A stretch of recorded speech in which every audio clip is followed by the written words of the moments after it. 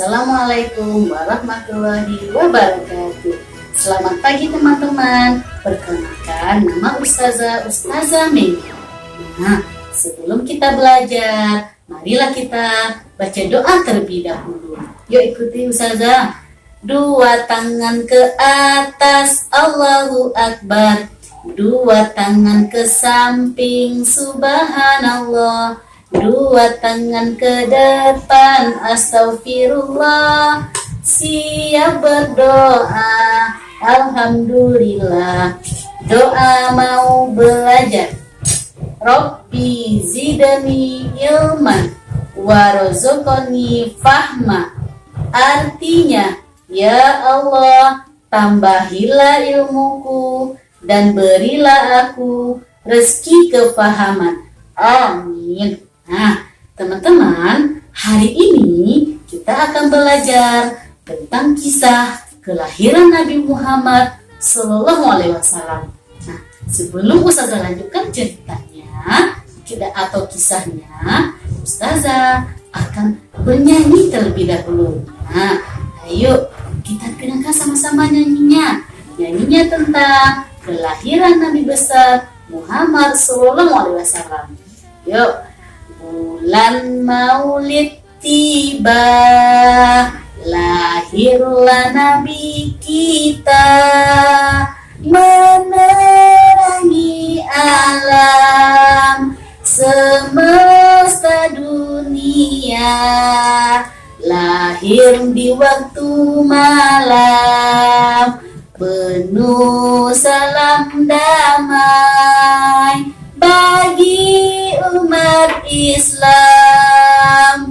Khaliqul alam, Muhammad namanya, Aminah ibunya, Abdullah ayahnya, Mekah kelahirannya, Mekah kelahirannya. Nah, alhamdulillah kita sudah bernyanyi sama-sama. Nah, kita lanjutkan ceritanya tentang kisah Nabi Muhammad SAW. Nah, teman-teman tahu enggak Nabi Muhammad itu nabi keberapa?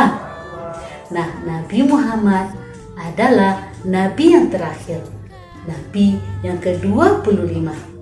Nah, teman-teman, ribuan tahun yang lalu di kota Mekah, ketika itu kota Mekah merupakan kota yang berada di gurun pasir yang sangat gersang.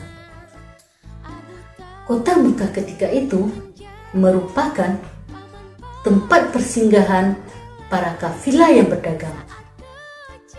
Nah, kota Mekah juga merupakan saksi kelahiran Nabi terakhir, yakninya Nabi besar Muhammad SAW.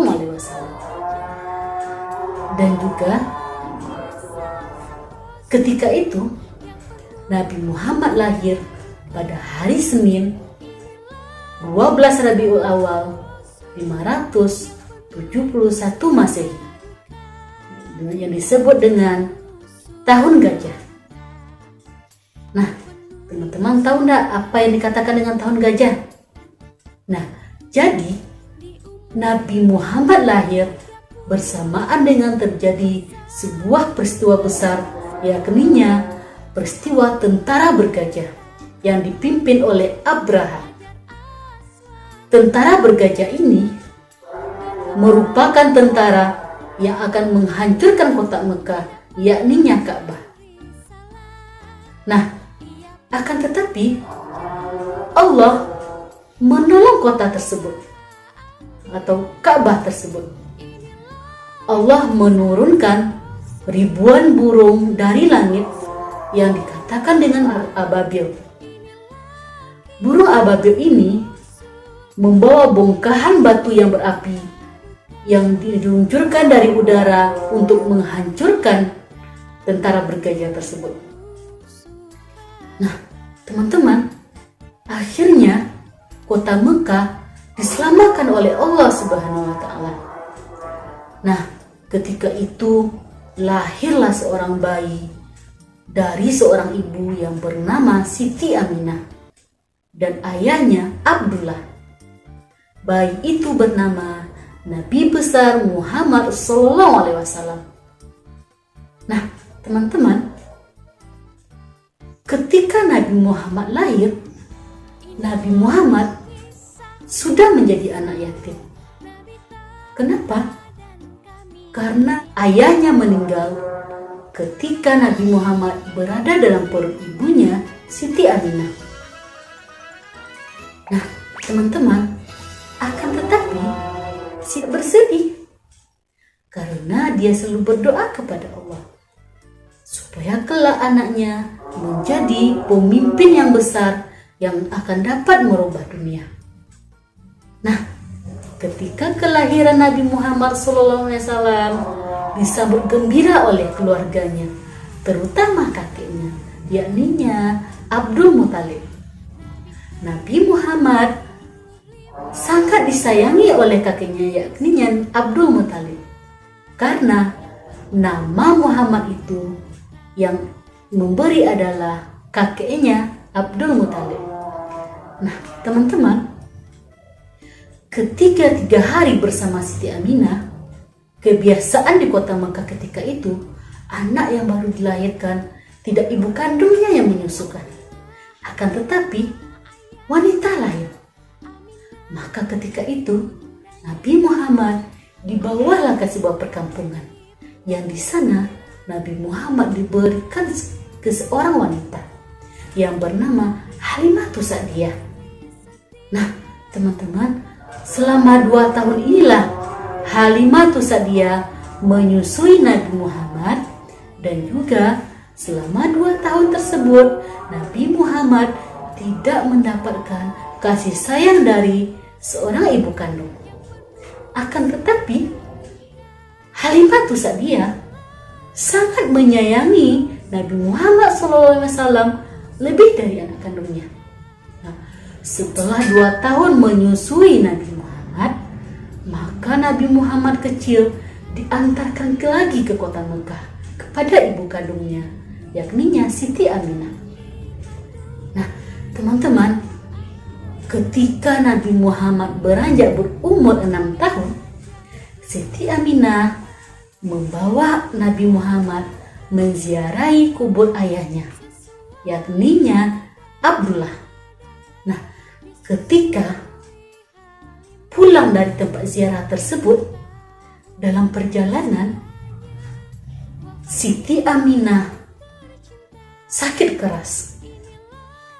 Nah, dan akhirnya Siti Aminah meninggal dunia. Nah, ketika itulah Nabi Muhammad menjadi seorang anak yatim piatu, tidak punya ayah dan tidak punya ibu. Akan tetapi Nabi Muhammad sedih. Dia merupakan anak yang kuat dan tegar. Nah, Allah membimbing Nabi Muhammad menjadi anak yang baik dan anak yang jujur. Nah, ketika setelah meninggal ayah dan ibunya, Muhammad diasuh oleh kakeknya, yakninya Abdul Muthalib. Nah, ketika itu berumur 6 tahun tersebut, Nabi Muhammad sudah membantu kakeknya, yakninya mengembalakan kambing masyarakat kota Mekah ketika itu. Nah, teman-teman, ketika mengembalakan kambing tersebut, Nabi Muhammad diuji oleh salah seorang pedagang. Maka Nabi Muhammad dipanggil, "Wahai Muhammad, maukah engkau menjual kambing engkau kepada aku 1 ekor saja?" Maka Nabi Muhammad menjawab, "Wahai saudaraku, aku tidak mau menjual kambing ini." "Kenapa wahai Muhammad?" "Karena majikan kamu tidak melihat kamu untuk menjualnya padaku."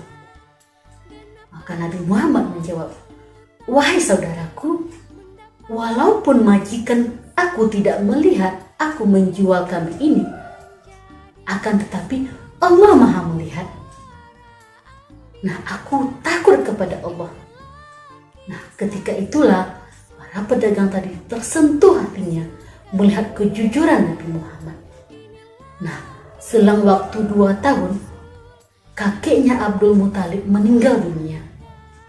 Maka Nabi Muhammad diasuh oleh pamannya. Nah, ketika sudah berumur 8 tahun ini, Nabi Muhammad diajarkan oleh Abu Talib untuk berdagang. Nah, teman-teman, dalam berdagang, Nabi Muhammad sangat telaten sekali. Karena Nabi Muhammad banyak menjualkan dagangan Abu Talib ini. Dan orang pun banyak membeli dagangannya tersebut. Akan tetapi, orang sangat senang kepada Nabi Muhammad karena dia sangat jujur sekali. Setelah dia menjual dagangan Abu Talib, hasil dagangannya diberikan semuanya kepada pamannya, yakni Abu Talib. Nah, teman-teman, sehingga orang sangat senang kepada Nabi Muhammad dan banyak membeli dagangannya. Nah, sampai Nabi Muhammad ini diberi gelar Al-Amin, orang yang dapat dipercaya. Nah, teman-teman, dari kisah tadi dapat kita ambil hikmahnya dari kisah masa kecil Nabi Muhammad SAW. Yang pertama,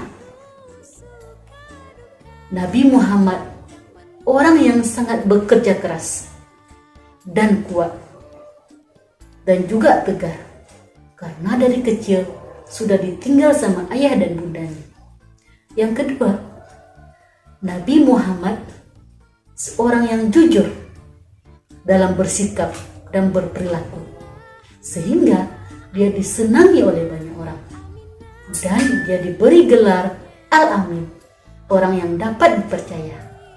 Nah, teman-teman, dari hikmah tadi mudah-mudahan kita dapat mencontoh sifat dan tauladan dari kisah masa kecil Nabi Muhammad SAW. Nah, Ustazah berharap anak Ustazah dapat mengambil hikmahnya dan mengaplikasikannya dalam kehidupannya sehari-hari di rumah. Dan Ustazah sudahi. Wabillahi taufiq wal hidayah. Assalamualaikum warahmatullahi wabarakatuh.